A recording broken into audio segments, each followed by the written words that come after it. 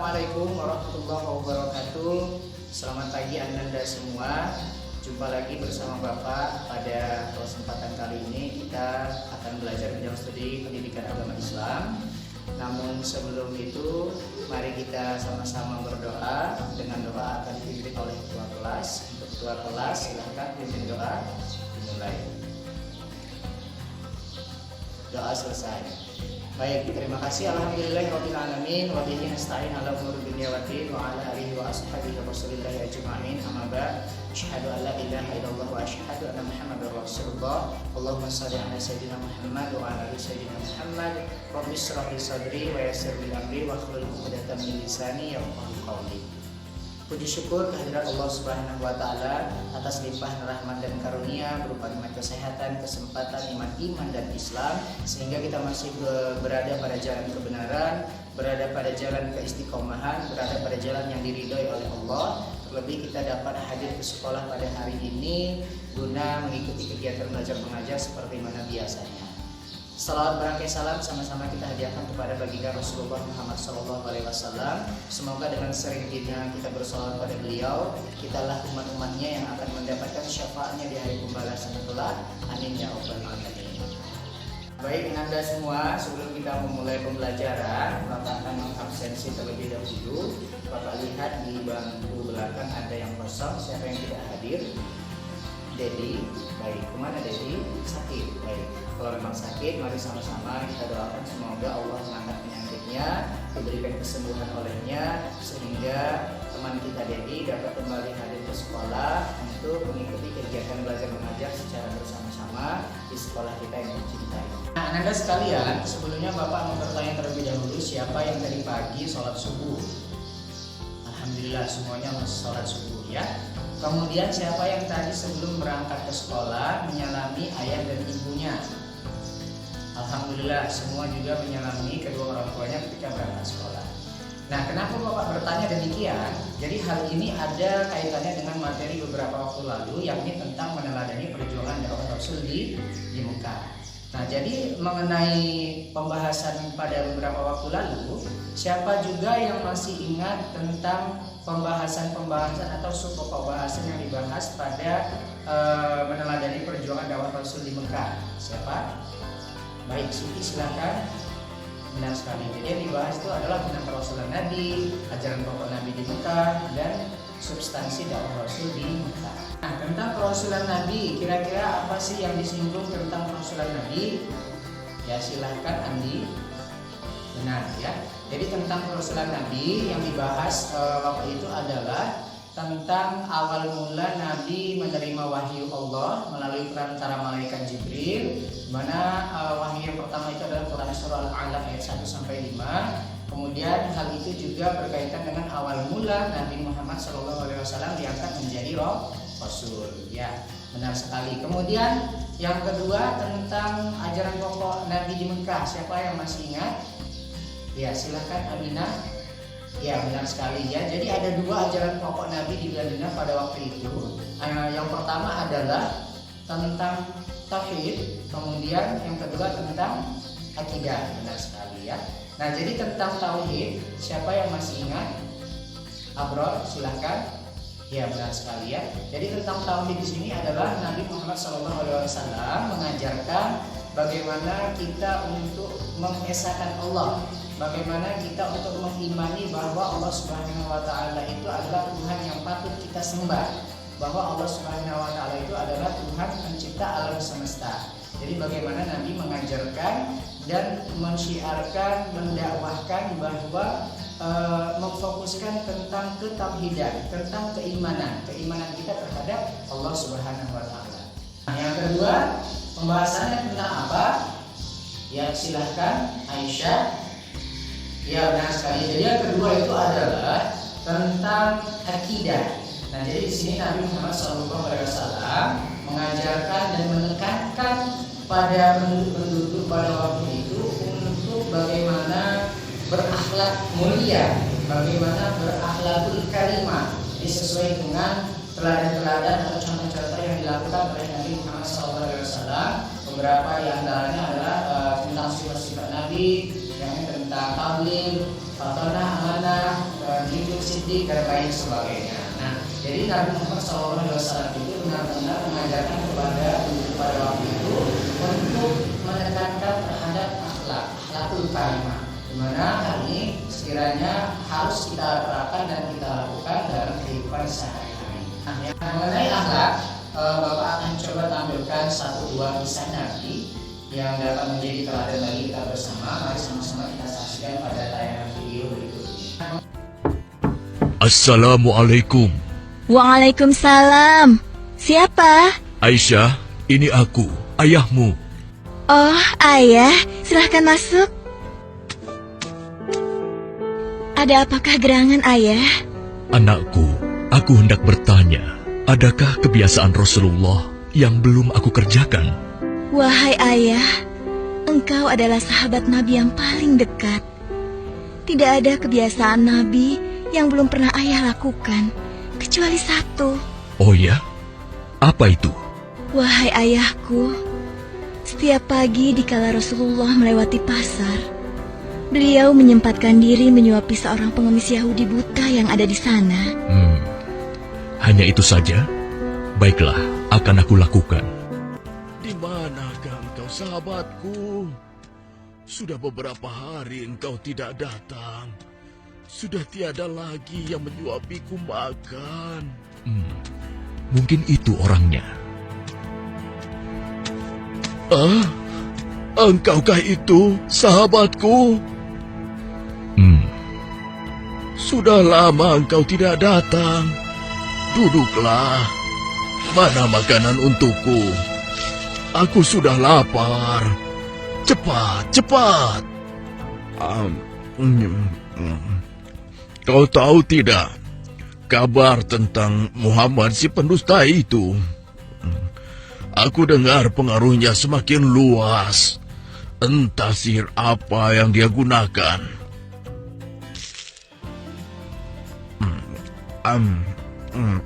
Bisa-bisanya ia mengaku rasul.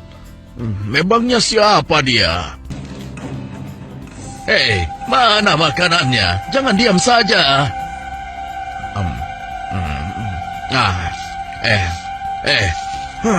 Kau kasar sekali. Aku rasa engkau orang yang berbeda. Siapa engkau sebenarnya? Aku orang yang biasa memberikanmu makanan. Bohong. Engkau bukan orang yang biasa mendatangiku. Kenapa? Engkau berbeda. Orang yang biasa mendatangiku selalu menyapa aku dengan lemah lembut. Ia menanyakan kabarku, membesarkan jiwaku, dan menyuapiku dengan penuh kesabaran dan kasih sayang. Belum pernah aku temui orang sebaik itu. Pantasnya, dialah yang menjadi seorang rasul. Engkau benar, Bapak.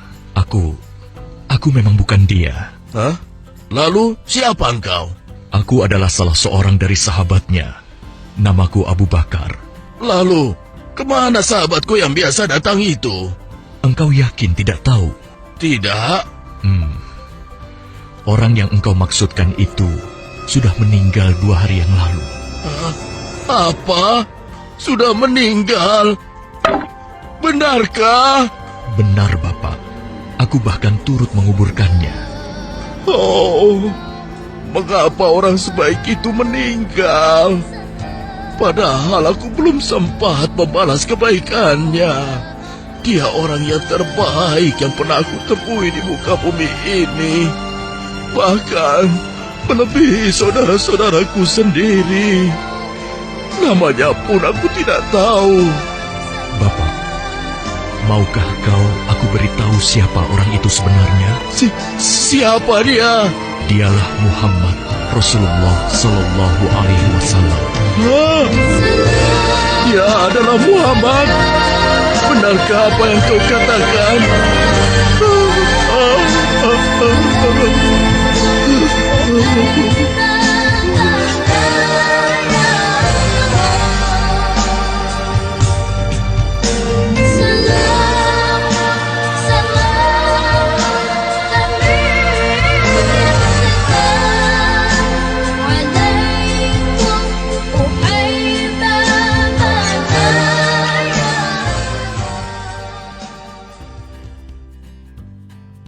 Dari tayangan video tadi sangat benar sekali bahwa Nabi itu benar-benar mencontohkan teladan yang baik bagi kita. Jadi ia pernah pada suatu ketika ia selalu memberikan makanan kepada seorang pemuda, seorang laki-laki buta, di mana seorang laki-laki ini adalah orang Yahudi, ya, orang Nasrani, yang bukan orang Islam, di mana hal ini benar-benar ditunjukkan kepada Nabi tentang akhlak perilaku yang baik, bahwasanya kita tidak hanya dianjurkan untuk berbuat baik kepada sesama muslim, tetapi juga kita dianjurkan untuk berbuat baik kepada orang-orang non-muslim juga.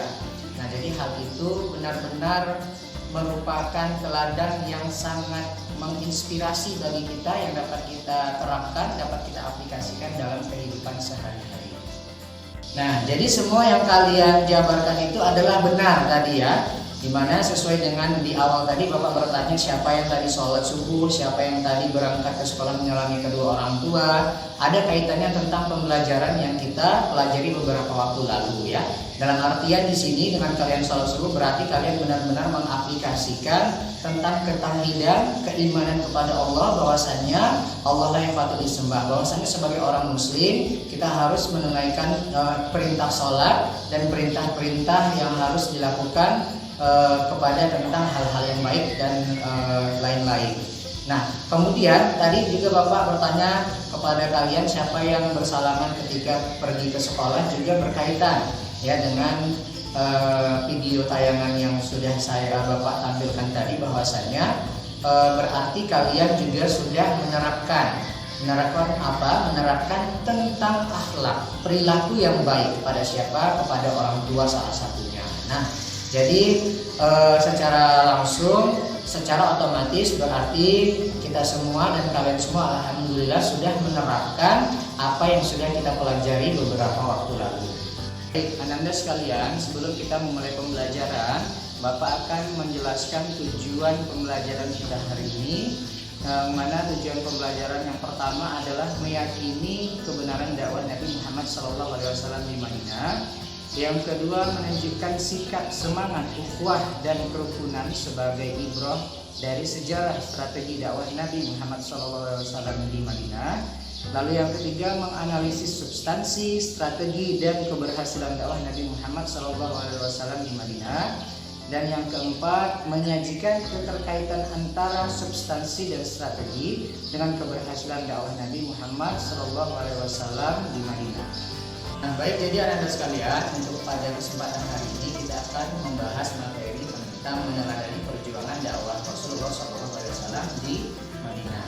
Nah, adapun dengan metode yang kita lakukan hari ini adalah dengan metode project based learning, di mana metode ini nanti kalian akan berdiskusi kelompok, membahas materi ataupun topik-topik yang Bapak berikan kepada setiap kelompok. Nah, baik, jadi materi kita hari ini adalah tentang meneladani perjuangan dakwah Rasulullah SAW di Madinah. Nah, sebelumnya Bapak mau tanya terlebih dahulu, kira-kira siapa yang tahu kenapa sih Nabi harus hijrah dari Mekah ke Madinah? Atau kira-kira peristiwa-peristiwa penting apa sih sehingga Nabi harus hijrah dari Mekah ke Madinah? Zainab tahu? Silahkan ya. Baik, benar sekali ya. Jadi salah satunya itu adalah peristiwa yang terjadi pada saat itu dengan meninggalnya istri Nabi ya, yakni Siti Khadijah dan pamannya Abu Thalib, di mana kedua orang ini adalah orang-orang yang sangat mendukung dan mensupport kegiatan-kegiatan apa yang dilakukan oleh Nabi ya. Jadi ajaran-ajaran yang dilakukan oleh Nabi itu, kedua orang inilah orang utama yang sangat mendukung dan mensupport. Sehingga dengan meninggalnya kedua orang ini menjadi rasa beban oleh Nabi. Tidak ada lagi mensupport beliau, tidak ada lagi mendukung beliau dalam mendakwahkan ajaran Islam. Benar sekali yang disampaikan oleh Zainab, itu adalah salah satu alasan atau peristiwa yang terjadi kenapa Nabi harus hijrah dari Mekah ke Madinah pada saat itu.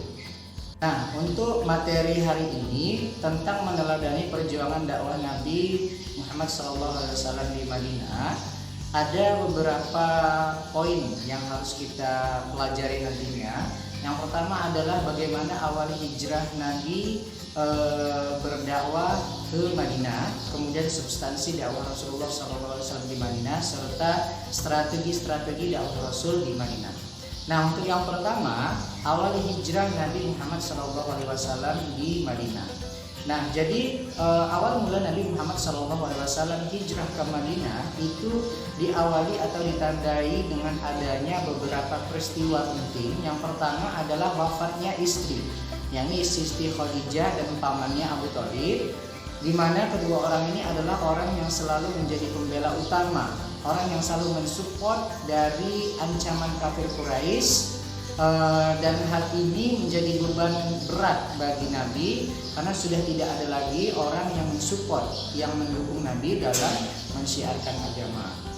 Kemudian peristiwa yang kedua adalah adanya penduduk Madinah merasa sedih melihat Rasul itu merasa beban yang sangat besar. Jadi sehingga mereka merasa sedih atas apa yang telah dilanda oleh Nabi Muhammad SAW. Kemudian yang ketiga adanya 13 orang di Madinah yang menemui Rasul di Bukit Aqabah. Untuk apa? Untuk memeluk ajaran Islam. Kemudian yang keempat menyusul 73 orang lagi dari Madinah untuk menemui Rasul kembali, di mana ini juga untuk mengajak Rasul ke Madinah, di mana orang-orang Muslim yang di Madinah pada saat itu berjanji akan melindungi Rasul, anak-anak dan istrinya. Lalu yang kelima peristiwanya adalah adanya pemboikotan oleh orang-orang Quraisy, oleh kafir Quraisy kepada Rasulullah dan pengikutnya. Pemboikotan yang dilakukan adalah berupa melarang perdagangan, bisnis dengan pendukung-pendukung Nabi, tidak boleh bergaul atau menikah dengan sesama muslim, kemudian melarang beragama dengan kaum muslim dan lain-lainnya. Sehingga pada saat itu penduduk-penduduk merasa kelaparan, kemiskinan, dan hal ini membuat Nabi untuk hijrah ke Madinah, dari Mekah ke Madinah. Dan selain itu, dengan adanya peristiwa-peristiwa yang setelah Bapak sebutkan tadi, maka ini juga ada peristiwa perintah langsung dari Allah Subhanahu wa taala, bahwa Allah memerintahkan Nabi Muhammad SAW untuk hijrah dari Mekah ke Madinah. Untuk apa? Untuk berdakwah, untuk mensiarkan ajaran agama Islam. Nah, oke, baik Ananda sekalian, sampai di sini dulu. Ada pertanyaan? Tidak ada? Baik, jika tidak ada, maka kita lanjut. Nah, baik, jadi itu sekilas tentang materi kita hari ini, ya. Jadi nanti setelah ini kalian boleh berdiskusi. Nanti boleh bentuk kelompok sesuai dengan kelompok yang seperti biasa, kelompok 1 ke kelompok 1, 2 ke kelompok 2 dan seterusnya. Dimana nanti kalian akan membahas satu persatu tentang materi yang akan kita pelajari hari ini. Kelompok 1 tentang awal mula hijrah Nabi ke Madinah. Kemudian kelompok 2 substansi dakwah Rasul di Madinah. Dan kelompok 3 nanti tentang strategi dakwah Rasul di Madinah. Jadi boleh berdiskusi ke kelompoknya masing-masing. Nah, baik, jadi itu sekilas tentang materi kita hari ini, ya. Jadi jadi itu sekilas tentang materi dipersilakan untuk kelompok 1 ya, di depan. Jadi nanti setelah ini kalian boleh berdiskusi. Silakan. Nanti boleh bentuk kelompok sesuai dengan kelompok yang seperti biasa. Untuk itu dipersilakan untuk kelompok 1 maju di depan. Nah, nanti kalian akan membahas satu persatu tentang materi yang akan kita pelajari hari ini. Kelompok 1 tentang awal mula hijrah Nabi ke Madinah. Kemudian kelompok 2 yang substansi dakwah Rasul di Madinah. Dan kelompok 3 nanti tentang strategi dakwah Rasul di Madinah. Boleh silakan berdiskusi ke kelompoknya masing-masing, mempresentasikan hasil diskusinya yang baru saja dilakukan. Silakan kelompok 1 siapa? Nah, baik, jadi itu sekilas tentang materi kita hari ini. Untuk itu ya, jadi nanti setelah ini kalian boleh berdiskusinya yang nanti boleh bentuk kelompok sesuai dengan kelompok yang seperti biasa. Kelompok 1 kelompok 1, 2 kelompok 2 dan seterusnya.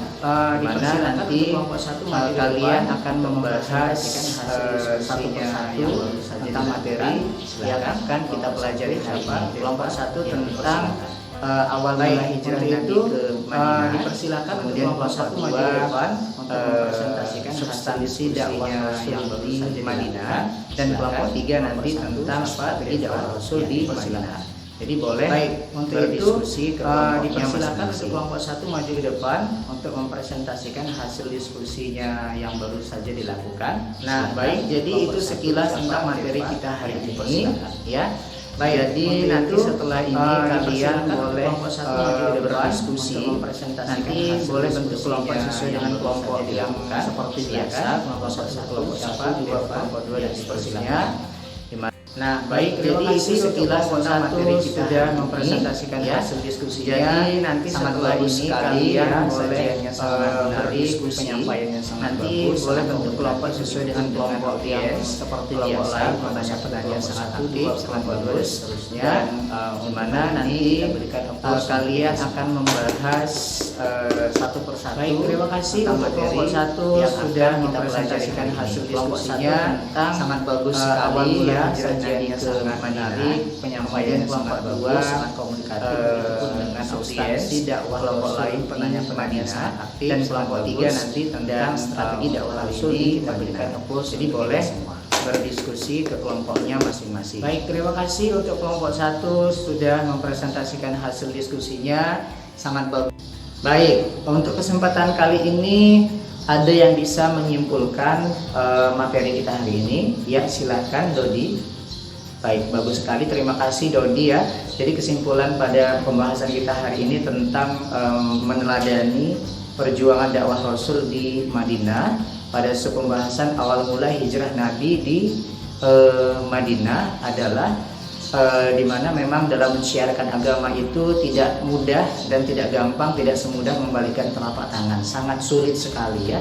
Bahkan Nabi itu pernah mengalami ejekan, cemoohan, bahkan Nabi pernah dilempari pakai kotoran kambing, pakai batu-batuan dan lain sebagainya. Jadi memang dalam mensiarkan agama itu tidak mudah, sangat sulit sekali. Nah, sekarang kita hanya tinggal meneruskan. Tugas kita adalah bagaimana meneladani begitu semangatnya perjuangan Nabi dalam mensiarkan agama. Kita hanya menjalankan apa yang diperintahkan Allah, mengikuti sunnah-sunnah Rasul, menjalankan apa yang dikatakan pada hadis-hadis beliau, dan dapat kita aplikasikan dalam kehidupan sehari-hari.